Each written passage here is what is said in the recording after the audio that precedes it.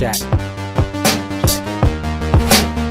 Keep it alive, through these lines I write. I keep it live cause I thrive. I might just blow your mind tonight. I'm so hyped, but it's no hype. From this height, it's direct hits on sight. I'm your type, lend me your ears to show you that there's something in me. I'm not giving up, I'm standing right here, holding these days hostage. And I'll make this my year. We turning fear into love, and the love's in the air. I love doing this cause nothing compares. Nothing can share that same type of feeling when you feeling them flares. They can't catch it, it's havoc. I rip to a tear, switch the scenario. My stereos, I leave them impaired. Variables start to change and they're all in my range. I just gotta grab it, it's all mathematics. Every step is drastic, I make it fantastic. I'm trying to take your breath away. Asthmatic. This is live through the stereo. Go and let it blow, blow through the stereo. I'ma let them know through the stereo. Yo, here we go through the stereo, stereo. This is live through the stereo. Go and let it blow, blow through the stereo. I'ma let them know through the stereo. Yo, here we go through the stereo, stereo. Yeah, just nod your head with it, so explicit and vivid. Every image is intricate, intimate. I put my all into it, no scrimmage and no rules. I'm a pro tool, hear my heartbeat, beat into the vocals. I'm so loco, lost my mind, oh no. It's ponderoso, dope, so no overdose, cause it's dope, yo. Man, this is house grown, mixed with some milestones. So I let the style flow down like the Dow Jones, bringing it with some foul tones, letting the crowd know we getting loud, so it's eardrum rudiments. Yeah, we bring it rude again. Move, little hooligan. Music for tuning in, full time to the 10. I'm on my clock like I told you. I'm doing this for dreams we pursuing. Hey everybody, welcome back to the Anti-Media Radio Show. Once again with your host, Nick Bernabe, here on UCY.tv. Thank you guys for tuning in, and make sure you catch us Monday through Friday at the same time. We have a bunch of different awesome hosts every different day. Me and DB are here on Monday and Wednesdays, and we like to bring you some, I don't know, perspectives and news that you probably won't hear in other places. And you know, what we're trying to do is feed this information revolution, awareness revolution, whatever you want to call it, whatever you want to call your movement, whatever we want to call our movement. I don't care what you call it, but we're trying to make it happen. So thank you guys for tuning in. Thanks for supporting us. Make sure you share us on social media, anywhere you see us. On that note, how you going, DB? Welcome to the show, man. How you been? Pretty good. How you been, Nick? Oh, not too bad, man. Just you know, we had a big weekend here in San Diego and a bunch of other places across the country as far as this National Day of Action Against Torture, because I guess people are just tired of seeing our government get away with these horrible, horrendous acts that they keep getting away with. And we're also joined here in the studio tonight by Chris McKay. He's actually one of the organizers from here in San Diego that organized the local Day of Action Against Torture. And he's in the studio with us tonight. And he's gonna be on talking with us about what we did here in San Diego, and also the bigger picture that's going on as far as, you know, foreign policy. Why are we torturing people? What the hell are we thinking? But anyway, that's what we're going to talk about in a big way tonight. And then we're going to go into some foreign policy stuff a little bit later. I just want to thank Ponder and XL for giving us the awesome intro and outro music. And make sure you guys check out, we're going to, sooner or later here in a few months, we're going to be having some other independent musicians and artists that are going to be here on the Anti-Media with us to help us spread this message, because we think it's multidimensional. It's not just these news programs that, you know, sorry to say, but I mean, we talk about some pretty serious topics and some pretty somber stuff. But I mean, music is a great way, I think, to cross lines and reach people that normally wouldn't be reached by a show like this. And, you know, a lot of people don't have the patience to listen to a radio show like this just because it's, you know, a lot of information coming out. So we want to kind of bring about new ways of you know, spreading the message of freedom. Anyway, on that note, I want to bring you in here, Chris. I wanted to talk about, you know, what exactly is going on with the state of the U.S. torturing people around the world. There was this big CIA Senate report that came out about the CIA torturing, and at first it was making some waves, but then it got buried in the news because Sony got hacked and all that stuff happened, and we all know how that turned out. So one thing I really do think is that this story was kind of purposely distracted away from. They didn't want anybody really critically thinking about it. So that's why I think Derek Bros of the Houston Freethinkers really wanted to launch this event, make this event against torture really a national thing, was because we felt like the media definitely distracted us away from this CIA report. So many people may not even know what exactly was this thing. Well, first off, we have to remember that the media is not the only distraction. I mean, torture has been going on publicly in this country, or from this country, since 2006 when the Abu Ghraib photos came out. We knew that we were the torturers. So every American really knows it already. They just don't care to do anything about it. But this CIA report came out, or the Senate report that came out on the CIA Enhanced Interrogation Program, well, that's about a program that was started after 9/11, which 9/11 being the big kabam for them to start a lot of horrible fascist programs. This was definitely one of them. This report came out and straight said that the CIA outright lied to the president about the program. It lied about the procedures it was doing. It lied about who they had. It lied about the countries that they held the people in. And it lied about the torture that it was doing to everybody. And it just, I mean, in this, the worst part of this torture report, in my opinion, is the 26 people that were held out of the 119 people, which is almost a 25% innocent rate, but held for over a year. And they went through this enhanced torture program, which included waterboarding, which including sleep deprivation. And we're not talking sleep deprivation for a day or two. We're talking for up to 180 to 223 hours. Some of these people were allowed not to sleep. We have one person that we held and we chained them to a concrete floor naked, and they died. They froze to death from hypothermia. Now, I mean, that's torturous. I mean, that's being done under our names, by our government, by our CIA. And who's paying for it? Our tax dollars, big time. And who's benefiting? The military-industrial complex and the bankers, because they're the investors. It keeps this war on terrorism going because it creates terrorists. We just dropped a drone missile this last Monday, and it killed a kid between 12 and 15 who was a supporter of Al-Qaeda. But it failed to mention that in 2011, we blew his father up with a drone missile also. So therefore, I mean, if my father was blown up by another country, I'd probably be a little upset too and fight that other country's principles and ideas. Now, here's a direct backing to what you just said. And this story was swept under the rug, but it came out. It was on, I think it was on Reuters. It was on one of these news wires, but it never got picked up by any big news outlets. But these recent terror attacks in Paris, Yes. The Charlie Hebdo attacks or whatever it was called. One of those guys that did those attacks, you know why he claimed he was radicalized? From Abu Ghraib. He was radicalized because he saw those pictures from Abu Ghraib where the pictures were leaked of the Americans torturing people in Iraq. I mean, I'm a passionate activist. I see things, and it makes me do things. So I can understand the passion of somebody else.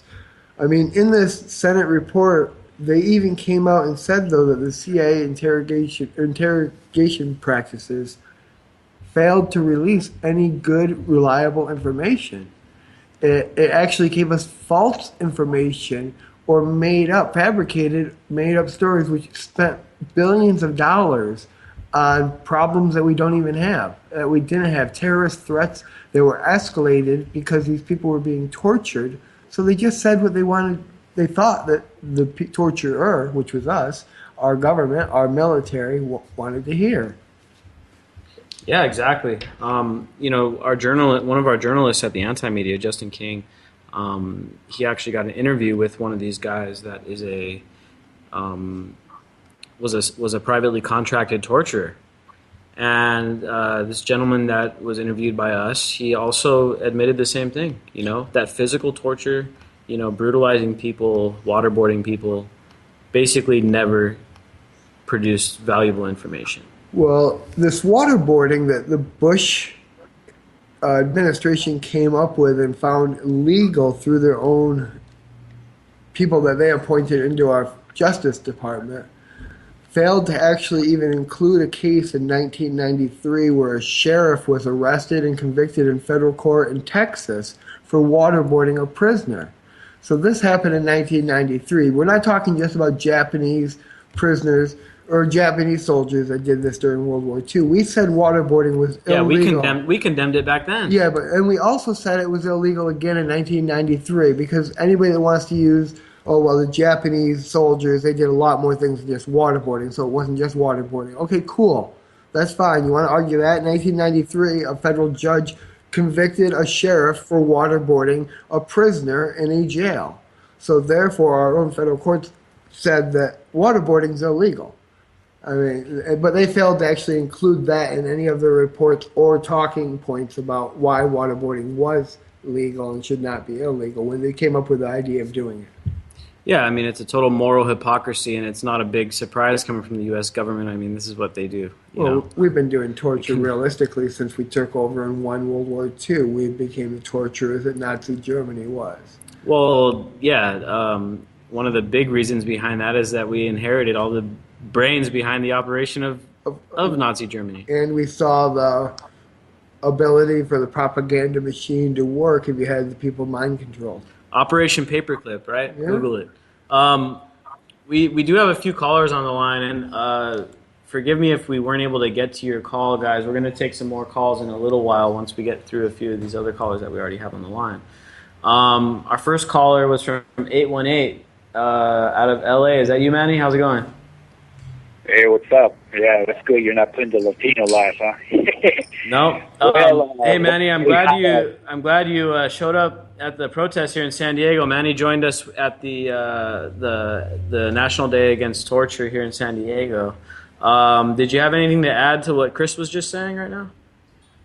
Well, just basically, hey, DB Schwartz, how you doing?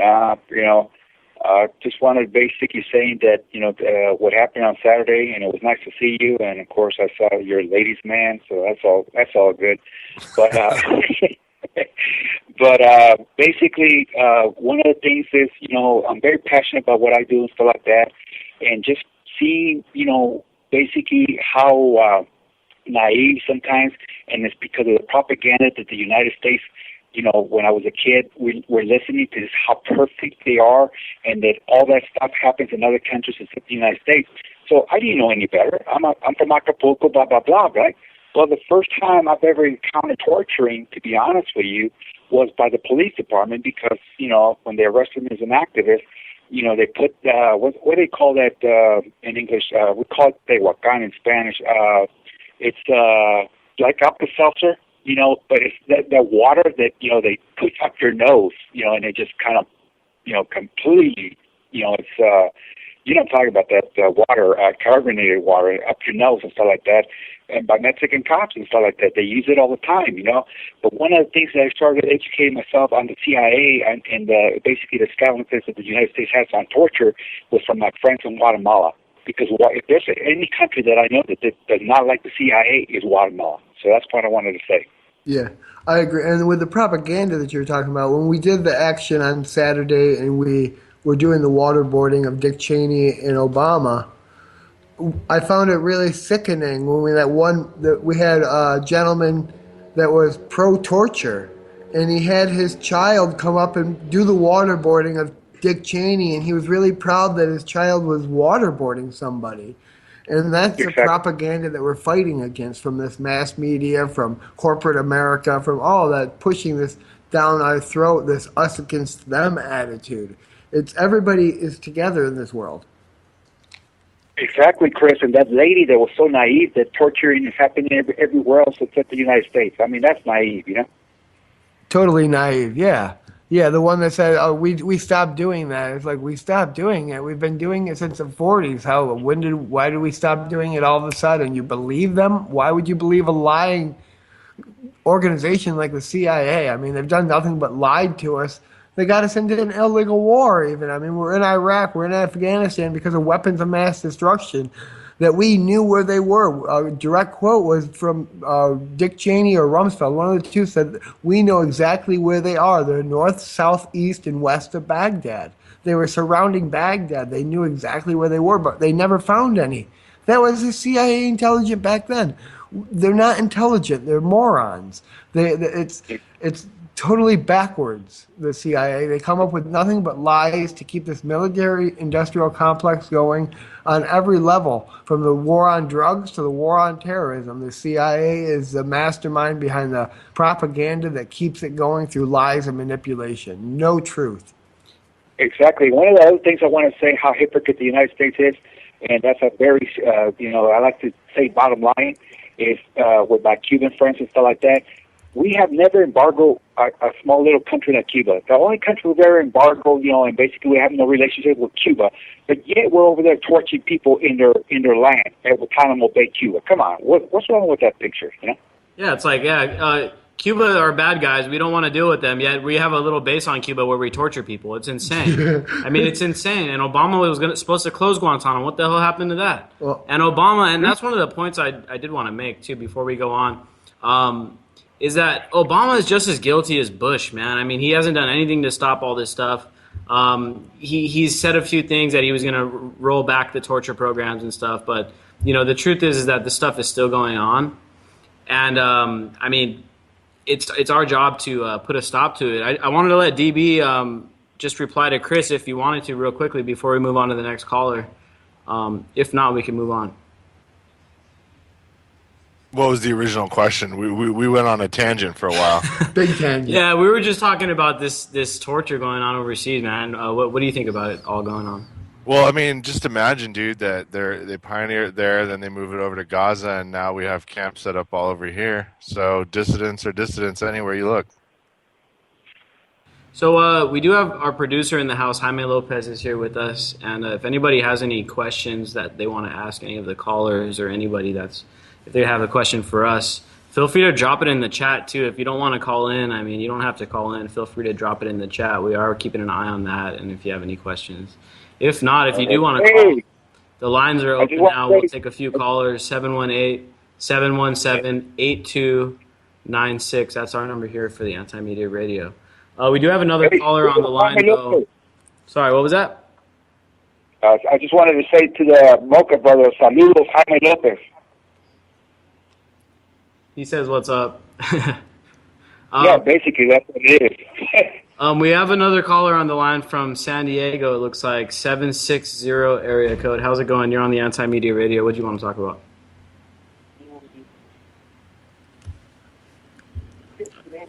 Okay, maybe 760 doesn't have a question for us. So the next thing I wanted to talk about really, and I'm gonna ask Chris to chime in on this too a little bit as we go into it. But one of the things that I think why people don't take this whole torture topic that seriously is mostly because they think it's not going to affect them. And it kind of, to me, it kind of is very similar to the drone, to the whole drone prospect, and the fact that these drones became very prevalent after 9/11, and these drones were out there flying missions in Afghanistan, and Iraq, Pakistan, of course, Libya, and they're probably being used in Syria right now as well, and Iraq again. Anyway. Drones back then, it was like, oh yeah, these are cool. We don't have to have pilots out there. Our pilots aren't going to get killed, and it's going to save lives, and all that stuff is fine and dandy. But now we have drones flying over the U.S. And a drone recently crashed here off the coast of San Diego. I'm sure you remember that story. We talked about it here on the show. A drone that what was it carrying? 13 million, some crazy number. $13 million drone or something like that crashed here off the coast of San Diego that was supposedly flying across the border. But what was it carrying? See, that's the thing that people dug into it. It was supposedly a surveillance drone. Nah, man, it was carrying I don't know how many pounds of coke in it, dude. Oh, you're talking about the more recent one, yeah. All right, so there's a recent story about a drone that a drug trafficker was using. That one's only a few weeks old. Yeah. But a few months ago, back in 2014, there was a story about a surveillance drone that was supposedly surveying the border, making, it was like a border patrol drone, and it went down off the coast of San Diego, and it was like worth over $10 million. I mean, insane numbers. So, I mean, the drone war is something that started off over there in Iraq, and then all of a sudden it comes home to roost, and now we got drones all over the place. There's all these stories about the police getting a hold of drones and all these, issues with privacy and all that stuff. We had a drone crash on Monday night in San Diego on January 28th. Yeah, I mean, it seems like these stories are coming up every week now. Yeah. But, all of this stuff started on 9/11, the drone wars. Then the Patriot Act got passed. And you remember we talked a couple weeks ago about how now France is coming up with their own Patriot Act because of their reaction to the Charlie Hebdo terrorist attacks. But it's all kind of problem, reaction, solution type of stuff. And so after 9/11, we got the Patriot Act here in the U.S., which is basically what gave us DHS, Department of Homeland Security. And then it also gave us this huge increase in the NSA spying. And this is when, after 9/11, there was already whistleblowers before 9/11 about the NSA. The NSA was already messing up. And then after 9/11, they went and gave the NSA even more authority, more power to spy on people. And now we all know what the NSA is doing thanks to the Edward Snowden's leaks. The NSA is spying on every American. Now, this thing was sold to us through the Patriot Act as like, oh, this is going to protect American freedom. They hate us for our freedom, so we got to protect it. We're going to go kill bad guys and stuff like that. Unfortunately, this technology get turned back against us. And so you got the drones, and then you got NSA coming back to haunt us. And then you got the sheer amount of military materials, the MRAPs, the grenade launchers, the assault rifles, the night vision, the body armor, all this stuff that was made to fight in Iraq and Afghanistan. All of that stuff ended up coming back and arming the police. We started using all those weapons that we made after 9/11 to come home, and when they weren't being used overseas anymore, where'd they go? Right to your local police department. Now your police department's got tanks and machine guns and grenade launchers. Yeah. And tear thankfully, gas, chemical weapons. I mean, this is what this is what these guys keep doing. Thankfully, I was going to say New Hampshire finally is getting something going where they're going to stop that. But what do we do with the stuff that's already there? We got to find a way to get that, I don't know, moved somewhere else so they can't use it. Exactly, man. And this is the point that I'm trying to get to here, though.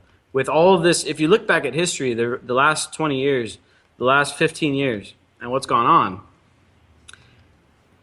what's the other thing that also increased after 9/11? Torture. Torture started becoming commonplace after 9/11. They started kidnapping all these terror suspects, started torturing the shit out of them, throwing them into Guantanamo Bay.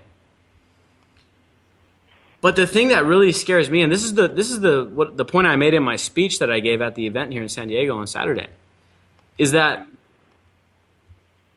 people don't understand that torture isn't just something that's going to be going on over in Afghanistan or over in Iraq or over in Egypt. Torture is coming home. And that is why people are not really taking it that seriously, because they don't believe that it's going to happen. They don't think torture is going to come home. But I'm here to tell you right now that torture is already here in the United States. I mean, there was that guy, and this kind of, it's crazy how a lot of this stuff links back to San Diego. Daniel Chong, he was a student at San Diego State University back in 2012. I'm sure you guys remember this story. He was detained by the DEA. He was at a friend's house. He was probably over there, let's face it, he was probably picking up some weed from his buddy's place, who was his dealer. And it just happened to happen that while he was there, the place was raided. It was a drug raid.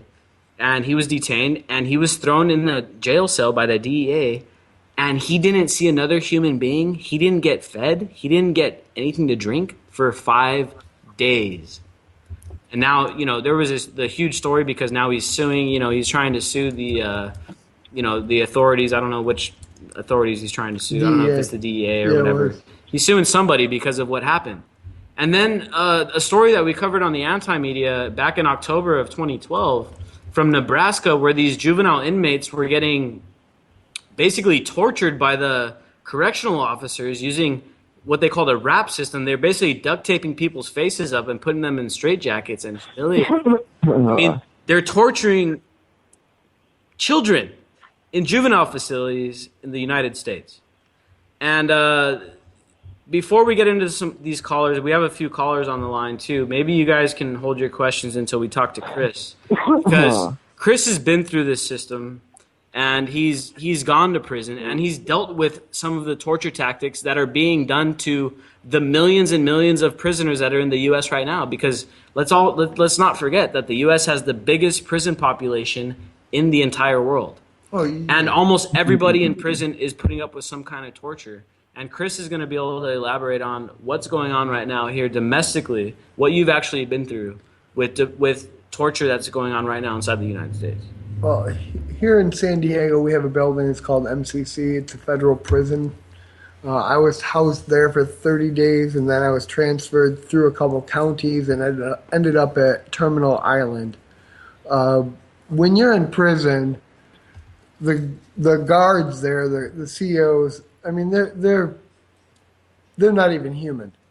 They do things just to make it so your miserable life of being in prison is even more miserable. They will do things like wake you up at 2 a.m, wake everybody up, clear everybody out, go through all of your stuff, and then let everybody in with nobody had anything. It was just to make it so you do not sleep. It's a form of sleep deprivation. They'll turn on the PA system and blast Johnny Cash or some other country variety music at 1:30, 2:30, 3:30, 4:30, multiple times throughout the entire night to make it so you can't sleep. Because if you're not sleeping, you become aggravated, which means you can fight more. If you fight more, they can beat you. So it's just a form of them getting able to torture you by beating you without them getting in any trouble. And they laugh about it and everything. I mean, while I was in prison, I had a female guard feel me up on a daily basis without any recourse that I could ever take. It was just something I had to go through. It happens. It's just part of your daily routine in prison. And you can either get mad and lose your good time, or you can just accept it and walk through it. The prison industrial complex is set up to make it so that the people of this country accepted torture, and now we're doing it on a world level because we've accepted it. So we're going to go to our caller from 206. If you're still on the line there, do you have any questions for Chris? Hey, man, it's Cassius. Hey, what's up, Cassius? How you doing, man? Cassius is one of the journalists that works with us on the anti-media. How's it going, man? I'm doing great, man. Just chilling here in Sacramento. Man, that was a real recount of, prison and the description of the prison industrial complex, man. I think that, most people who haven't actually endured that themselves, they don't really, in America, have much of a reason, they think, to think about it. And, I think that, personal experience is just kind of necessary to understanding things like that, and I think that, the reason I called tonight was in hopes that I could talk about the bigger picture and what we can actually do to, really change these things, because I think we're now at a point where there's really awake people and they're reading articles and stuff, and it's kind of like preaching to the choir, and I think, I don't know, man, we're kind of at a point where, some people are really awake and the other people are still completely not awake, just progressing further into dysfunctionality. And I think that as activists, it's just kind of time just to take it up a notch, and really go to the next level, Exactly. Maybe Manny has a few ideas, man, of how we can kick this up. I know Chris has some ideas. This activism stuff, it needs to go to the next level, right? You know, and we need Yeah, to man. we need to step up our game, and you know, 2015 needs to be the year of action, man, the year of solutions, right? Absolutely. Yeah. Absolutely. And you don't need a lot of people to do action. I mean, you need a lot of people to do shutdowns and lockdowns and things like that. But you can get out there and do any type of little street theater performance with 4 or 5 people and really make a big difference. You can go out and do a banner drop, and as long as you do it in a good location, that'll be read by thousands of people. So I mean, you don't need many people to actually get a message out there that this is insane. Torturing people on such a level that we've really progressed to is just insanity. It's totally the wrong direction for humanity. Absolutely. I think that, you know, it's just time to, we developed the infrastructure of independent media. It's at a point of, you know, it's very developed. We've got it now.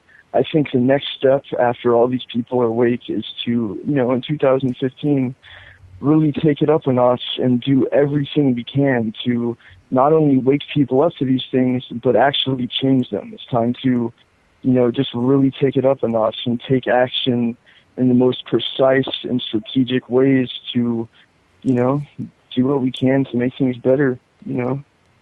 Oh yeah.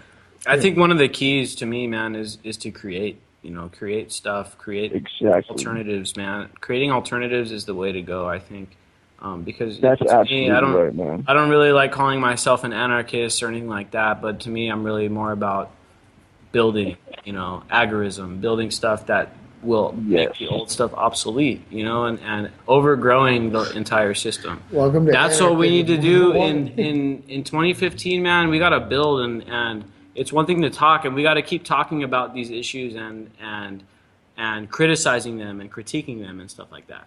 But at the Yeah, same time, we built the infrastructure. we need Yeah. to have alternatives that are available that we can say, look, this is this system is messed up. Here's an alternative to it. You know, here's Absolutely, the man. dollar system, and here's the alternative. You know, and you know the only real option we have right now is Bitcoin. I mean, I like Bitcoin. I think it has uses. I mean, of course, it has its limits and stuff like that. But I mean, ideas like that are disruptive, and I think that they can really have a major impact on the way things are. You know, and it's those kind of Agreed, revolutionary man. ideas that 2015 we need to push these things forward. You know, so what is the next step as far as reeling in all this torture and all these politicians? Because you know there's been a few countries, especially after the CIA report, a lot of this stuff started really popping back up, that are trying to file charges against Bush and Cheney and Well, stuff. yeah, Cheney has charges filed. He can't go to Italy. There's certain countries that Cheney's actually not allowed to go to anymore because if he goes, he'll be arrested upon entry. But with the Senate torture report that just came out, or the Senate report on the CIA enhanced interrogation program, the UN has called for prosecution of U.S. officials because of it. But we have our own Justice Department saying they're not going to look into any charges. And you also have, Obama, who has come out and said he wants to forget the past and look to the future only. Well, I'm sorry, that past is it's present. It's happening today under your watch. We can't forget it until we fix it and make sure that those that did it are held accountable. That's called justice. That's called reality. I mean, and that's how if you're a reformist, you fix it that way. If you're an anarchist like me, I want to walk into prisons, open them up and say, show us the nonviolent offenders and release all nonviolent offenders. We have 25% of the world's prisoners in the United States. And we only have what, 5% of the population? 5% of the population, Or yeah, less. but we got 25% of the people in prison are here, and 70% are nonviolent. This drug war that has been created in the 80s was created to practice torture because nobody liked a druggie back in the 80s, so they didn't care what happened to them in jail. And it allowed them to start doing torture tactics to prisoners inside U.S. facilities. And now we've just expanded it. That's all. Yeah, and as DB, I think it was DB that was saying at the beginning of the show. I mean, a lot of this stuff goes back to World War II and what happened with a lot of those Nazi scientists that came over to the U.S. After She brought in the big bag too. Operation Paperclip. Operation Paperclip. After the war was over, all these scientists and social engineers and all these Nazi brains came over and became part of the U.S. scientific complex. Well, And they went so far as to even put it into popular culture in the latest Captain America. So you can see, man, there's some kind of like split or division in the elites right now, man. You can see a lot of these people, like Cheney eventually is probably going to get taken down and everybody around him. I think right now what's going on is a big case is being built, and it's taken years and years. And a lot of people keep getting assassinated, and it's slowing it down. Those Exactly. gangsters, man. This is Manny. I just wanted to make a comment too that when people think about torturing, they only think about physically. I believe that there's a lot of mental torturing going on. Obviously, lack of sleep for some prisoners and stuff like that. But my experience, locked up, with the Border Patrol, obviously, it's the way they treated us coming from a different country and basically torturing us in a way, hey, if you don't rat on this guy, we're going to make sure that we, for you and your family or whatever, Of course, it didn't happen to me because I came by myself.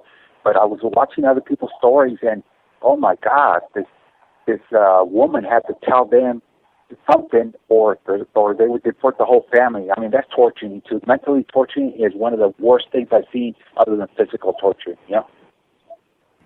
Yeah, man. I mean, they use people's siblings and children against them like that. I mean, it's crazy. It's psychologically devastating to people. You know what I mean? So, Oh, yeah. I guess this is more of this propaganda that's instilled upon us, more or less. And the Nazi scientists came over, brought a bunch of horrible ideas. They were obviously mixed in with what the American medical establishment already knew. And you start seeing a lot of these weird things happen after that. And, I mean, at what point can we kind of try to reel it back in? I mean, what is the plan of action here? You know what I mean? Oh yeah. That's How do we- exactly how do the we- question, man. How do we stop these people from manipulating everybody and spying on everybody and robbing everybody blind with taxes and all that stuff? Like, Exactly. how do we They're not stop responding to this. Well, the only way you're going to stop any of it is to start having people held accountable. Even, I mean, as an anarchist, even accountability is big on humans. Nobody's being held accountable for anything. I mean, we have Border Patrol shooting people crossing that are throwing rocks. They don't get held accountable. We have cops in this country shooting black people every 28 hours. They're not held accountable. We just have pandemonium going on, and nobody's held accountable anywhere. Your justice. Yeah, but if you get caught with a joint in Texas, you're in jail, right? You got 10 years coming. Okay, to you. yeah. Yeah. That's right. Well, that's because you're not a U.S. government official. If you're in their clique, you're fine. You can do anything. You are above the law. If you're not in their clique, well, you're a profit margin to them in the prison industrial complex or the military industrial complex. Even if you're looking at the detainees that are in there, it's just all about money to them. I'm looking up now, like companies that make torture devices that we use. We have to learn what those companies are and boycott those companies like we boycott Monsanto. We have to make sure that those companies don't make a dime, that our government isn't investing and we're not investing. And while we're trying to make our government not invest, work on replacing our government in all the facilities that they do. Because our government is the problem. It's been the problem since we decided to be the big government that we are after World War II. Before World War II, we were a small government. We almost went broke in World War II. We didn't have money. We had to do special government bonds to help the war that the banks bought and gave us money. And that's when we became the torturers, when we got bought out by the banking industry. So we were talking about Dick Cheney earlier, and then there's another story. There's another story about these kind of warmongering oligarchs, and it involves John McCain and the infamous Henry Kissinger. And there's been multiple attempts to arrest Henry Kissinger. I think Derek Burroughs and the Houston Freethinkers tried to do a citizen's arrest on him one time. Sorry, we got a siren in the background here. And then Code Pink apparently went to go do a citizen's arrest on Henry Kissinger, and Henry Kissinger is up there. Meltdown. I mean, you can argue that Henry Kissinger is worse than Cheney. This guy is responsible for the deaths of hundreds of thousands of people in Latin America. He probably taught him. Elsewhere. Yeah, I mean, he's probably Dick Cheney's probably one of his proteges or whatever. And these Code Pink people were basically attempting the citizen's arrest on Kissinger. And then McCain basically said, "Get out of here, you low-life scum." And then on Sunday, he went on CNN, doubled down, and he said he thinks that those protesters were terrible people. And kind of the point I wanted to make, and this is kind of out of this article from the Anti-Media from Bobby Rodrigo. It's the first article we published from him, and he's one of our new contributors and partners. But, here's the thing. John McCain almost became president, man. This is what we got to think about. And this is how much of a joke the electoral system, to me, has become. The fact that John McCain was the guy that was running against Barack Obama in 2008, that to me, like, seeing this guy, John McCain, it makes a total mockery of the entire system. The fact that this guy actually was able to run and was a contender, it makes you think, like, what in the world is going on? Like, are people seriously that stupid? Or is it just massive propaganda, and people just buy into it? You know what I'm saying? So, I don't know. It's kind of, to me, it seems like the electoral system is such a farce now. It's not even like that. It's not even like that much of a representation of reality. It's pretty fake, right? You got this. Yeah. It's like a reality show, more or less, and it's all theatrics. And we all know that the politicians don't actually like really pull the strings and stuff. It's the money that controls the whole system, right? So, to me, I guess the step that we should take next is really trying to starve out this system, at least financially. And we had a guest on a while back to talk about this whole tax strike idea, and I think that is an idea that we should really start throwing around a little more and start talking about a general tax strike to really put the government in check. I mean, who knows? I mean, it could have a big effect. Yeah, if enough people sign up. That's the next step, man. The next step is to actually do, more intense things that will disempower those people and simultaneously empower ourselves. We have to just start taking power into our own hands and, just take it up a notch with the activism and execute some strategies for real to, disempower them and simultaneously empower us and create our own infrastructures and everything for ourselves. It's just time to take it up a notch. Yeah, exactly. And I think people just have to live it, and that's like the way to go. You live it, more people catch on, and it starts spreading like exponentially. Cassius, while you're on the line, man, is there any stories that you think that need to be talked about that aren't being talked about yet? That maybe we should be looking at this coming week, as far as what could be a big story. Can we talk about how the Ukrainian forces are just getting completely decimated, and it's basically over for them? Yeah, we could start going into Ukraine. We got Baran from whatthefreallynews.com, whatthefreally.com is going to call in and talk about Ukraine for a little bit. But we can start jumping into it now because this is a huge topic. DB, what do you want to start us off with? That's actually. Yeah. Oh, sorry. Oh, go ahead, Ron.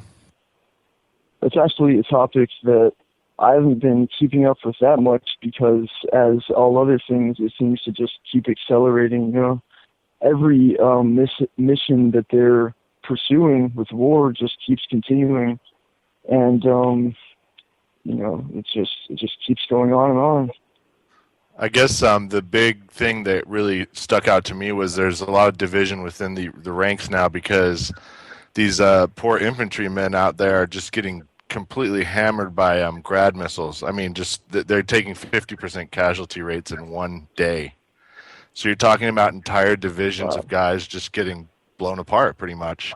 And they took the Donetsk airport, and now it's over, man. Like it's not just eastern Ukraine now; it's the whole thing.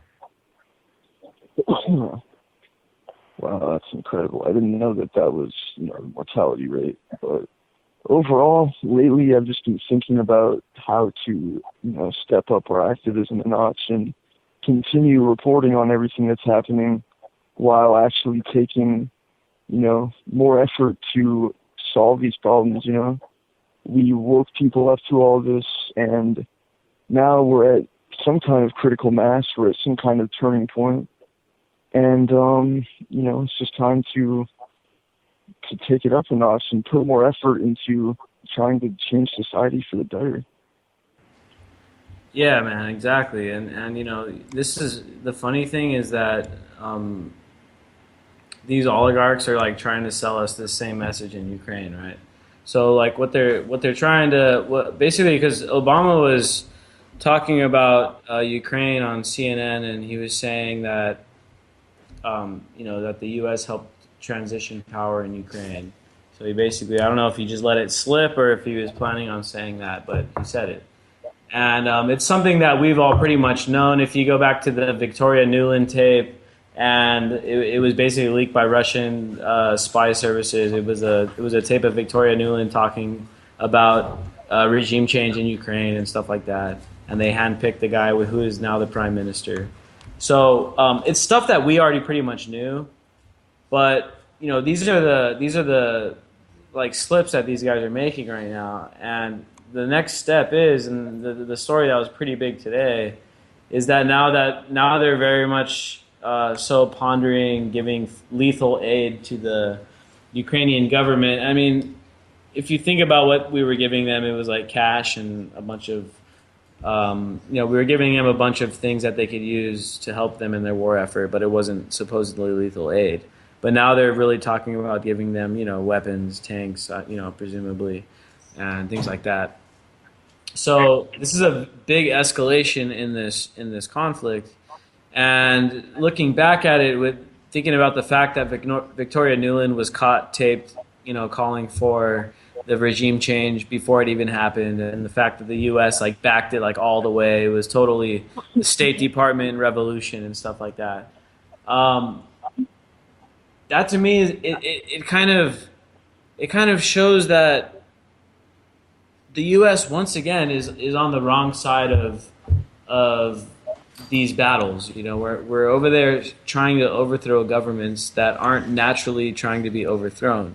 I mean, a revolution that happens organically, I support that 100%. But a revolution that is initiated by the CIA, that is something that shouldn't be happening. You know what I mean?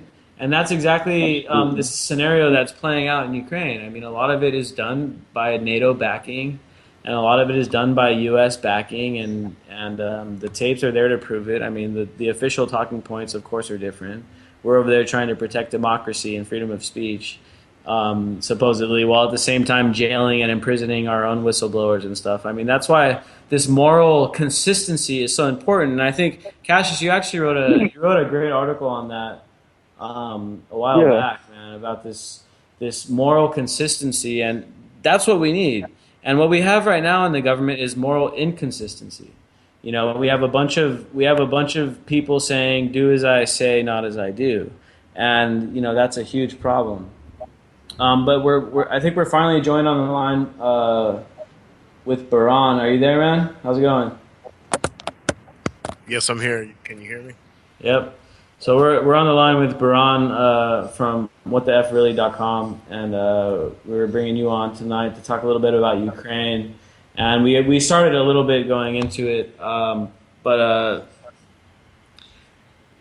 is there anything you want to add? I mean, there's been so many like announcements lately. I mean, it seems like we're really amping up this war over there, and we got to remember that this is on Russia's borders, and there's huge like geopolitical implications for what happens in Ukraine, and we all know it's a oil distribution pipeline and all that stuff.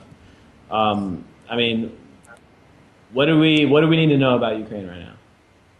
I think I don't know who it was that said earlier, but somebody mentioned about the Donetsk airport battles and how basically the Ukraine military is getting beat on all levels in Ukraine against we might as well just call it what it is. It's a proxy war. There are Russian troops in some way, Russian forces in Ukraine, but it's a matter of why are they there? And this is the continuous argument. It's always, well, this entire thing was started by Russian President Putin. And he basically decided one day, oh, I'm going to march next door and take over Ukraine because there are these protests going on in the Kiev Maidan Square.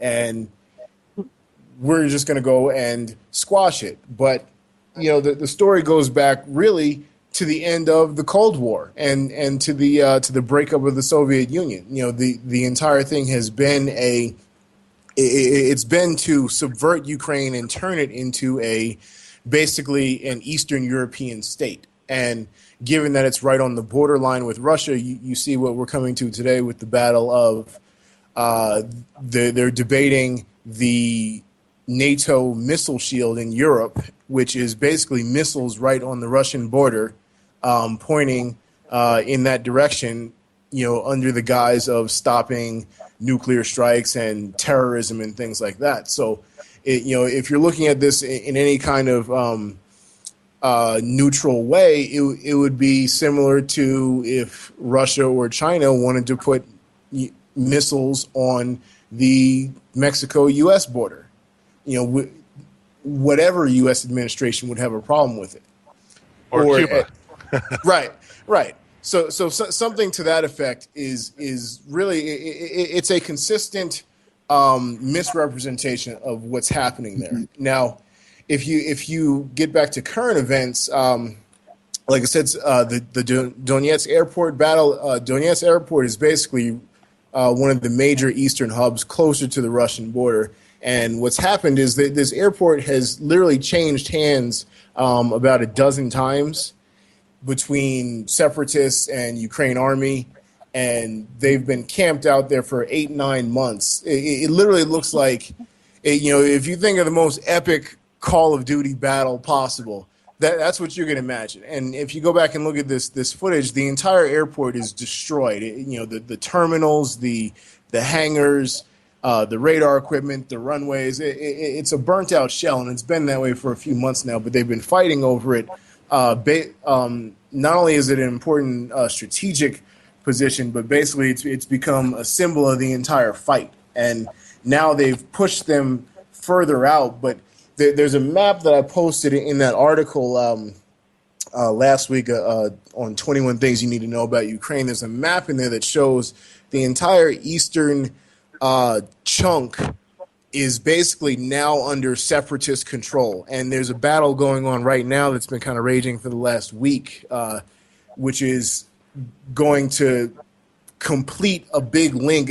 So from north to south across this eastern edge of the country, you've got two zones that are basically split down the middle by a region called Debaltsevo.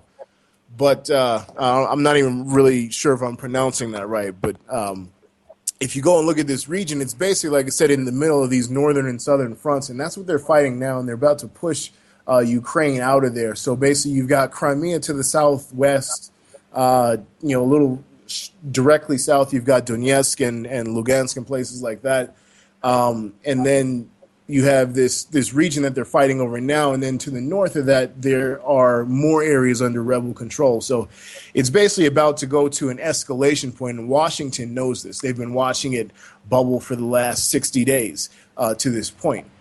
So doesn't it seem like kind of a East-West Germany type of scenario, like a Cold War type of? I mean, it's essentially that the country is really split in that East-West fashion in terms of ethnic Russians and more Russian-speaking population, just naturally as you'd expect going towards that border. But the main thing that this is all leading to, and really why you're seeing an increase in the rhetoric in this announcement that Obama made, that they basically put in the new Ukraine government, between Yatsenyuk and Turchinov and all those pictures of, you were talking about McCain earlier. McCain was seen shaking hands with all these guys who are basically neo-Nazis, like the most of the Svoboda and Right Sector. And really anything with the name Svoboda is essentially U.S. State Department backed, funded subversion. If you can look up Radio Svoboda. There's all kinds of examples of this subversion that's been going on for the last 20, 25 years. And it proceeded through to the Orange Revolution, which they tried to get in a U.S.-friendly president in Yulia Tymoshenko, and then she basically she was ousted, and then she was in prison during these protests. The entire thing is a big dramatic mess. But at this point, what's happening, and like I said, why these announcements are coming now, is because they know that the separatists and essentially Russia is breaking up this coup, because the entire country is broke, it's falling apart, it's not going to be fixed. And what they really want is a wider war that they can blame on Putin and then break the entire country up. And you have spoils of war, which, for example, Monsanto already is now the number one corn producer, not producer, but corn brand in the country. So, I mean, it's literally a coup, and it's not very well hidden. And that's part of what's happening now, is that it's so bad that they cannot hide it any longer. After all these things have started happening, then now they have to turn up the propaganda. Yeah, man, and we mentioned it in our last show on Wednesday. There was a study that came out on Wednesday about how these countries that are victims of Western imperialism or imperialism in general in the modern era tend to be countries that are rich in oil or resources. In fact, it's like 100 times more likely. And we talked about it Wednesday a little bit, but Thursday, Carrie Wedler, one of the journalists that works with us, wrote an article about it. And I mean, this is kind of the perfect example to me in Ukraine and Syria, because Ukraine is obviously Russia's distribution hub for its natural resources for Europe, and then Syria is also the last it's basically the last rock you put in for the arch that they need to make a pipeline from the Middle East up into Europe. And this is, to me, these are the wider examples of why we're waging these wars. It's not and you're right; those two things are directly connected. Exactly, and Russia has a huge interest in Ukraine with those pipelines that go through it, and they also have a huge interest in Syria keeping the pipeline from being built. And these are why these wars are being fought. I mean, it's cold, hard economics, and it's crony foreign policy and corporate foreign policy and stuff like that. And wait for the escalation, because the meme is going to be, Russia has now caused all this global economic turmoil. There's uncertainty because Putin's a crazy man. Exactly. They're being set up as a fall guy, and they're going to lead the idiots into war, and hopefully we can wake them up before that happens. Yeah, I read real quick. I read a Reuters opinion post, basically continuing to blame them. I mean, it's both sides are doubling down. Thanks for calling in. Thanks, Baran. Thanks, Manny. Thanks, Dalnick in the chat room for listening to every show. Catch you guys on Wednesday. Make sure you catch us 5 days a week, same time, same station. Thanks, all you guys. Peace. Good night. Peace. Good night. Buenas noches. Good night. Buenas noches. I'ma let them know through the stereo. Yo, here we go.